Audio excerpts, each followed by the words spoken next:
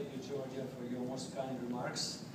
In the interest of time, I will just forego the introduction because you have been kind enough to just say too much about me. In fact, I think the comments of these presenters may have referred to a much more worthy book than I came out of Arcadia. I was wondering about that. Thank you very much for your most complimentary remarks. I would like to also express my sincere gratitude to the museum for hosting me tonight, and to George Prasas. Is George here? By any chance, perhaps he cannot come. You may wonder who George Prasas is. George Prasas himself is George Prasas.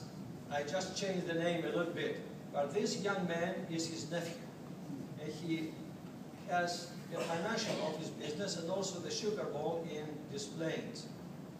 When he heard about the book, he asked me what he could do. He offered to underwrite the expenses of this presentation, and I thank him very kindly. Ladies and gentlemen, the projects of Arcadia and Out of Arcadia were both passion projects. I wrote both of them from the quiet core of my heart to address one issue that has always stirred me to this day, and that is how a person develops and earns his place in the world. And in saying this, my thoughts go back to my small village in Arcadia. And I can picture myself a thin, barefooted, hungry boy sitting on the boulder that stood in front of our house, munching on a piece of bread that was soaked in water and sprinkled with salt, staring at the sun that was setting and wondering where it goes and what was in store for me in the future. While the cool wind was forcing its fist through the mulberry trees that I had learned how to graft through the guidance of my teacher. In all my years as a psychologist, as well as a professor of psychology, I always held the view that we grow to the maximum of our potential because we have the supportive environment. Someone there helps this bud that we all are to blossom, to flower. And for me, that environment was America. Because America welcomed me with open arms. Something I had never experienced in my own country.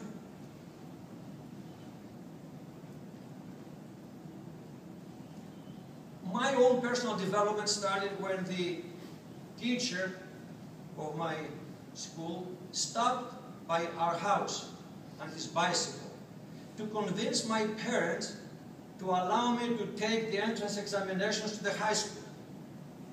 And he handed me the first volume of the Ilios Encyclopedia. I don't remember how many pages I went through that volume, but I remember this clearly. I felt privileged to lay my hands on a kind of book I have never laid my hands on before, especially a book that belonged to the personal library of my teacher. After successful passing the exams, my father announced to us during dinner, I found a place for the boy to stay during high school. It was the tool shed of a barn a few blocks away from the high school. How I survived in that room that had never seen the sun is beyond me. But then again, we know about the birds of the heaven. They never sow, they never harvest, but someone looks after them. Many people did look after me. And one of them was a teacher of modern Greek. He came to me before the break and said, I want to see you in the office. I did not know if I had something wrong. He says, Nikos, I would like you to know that you are weak in writing. You don't have images. You need to study books. You need to study to read extracurricular books and go to see some movies. Money I did not have for movies. And besides, going to the movies was not really the thing, the coolest thing to do back then if you were in the village. They were just not really the thing to do. But I did discover the public library, and I thought it was a far more important discovery than America was for the whole world. And I read Victor Hugo, The Hunchback of Notre Dame, I read Russian, Dostoevsky, and it was like, wow, I could see Prometheus stealing the light from the gods and bringing it to the masses. To me, that was a pivotal moment, and I knew I could develop myself. Because, ladies and gentlemen, I had discovered the magic world of literature. Literature humanizes us. Literature inspires us. Good books have that effect on people. I can tell you from personal experience, but also from what I hear from students. Carlos Perez, after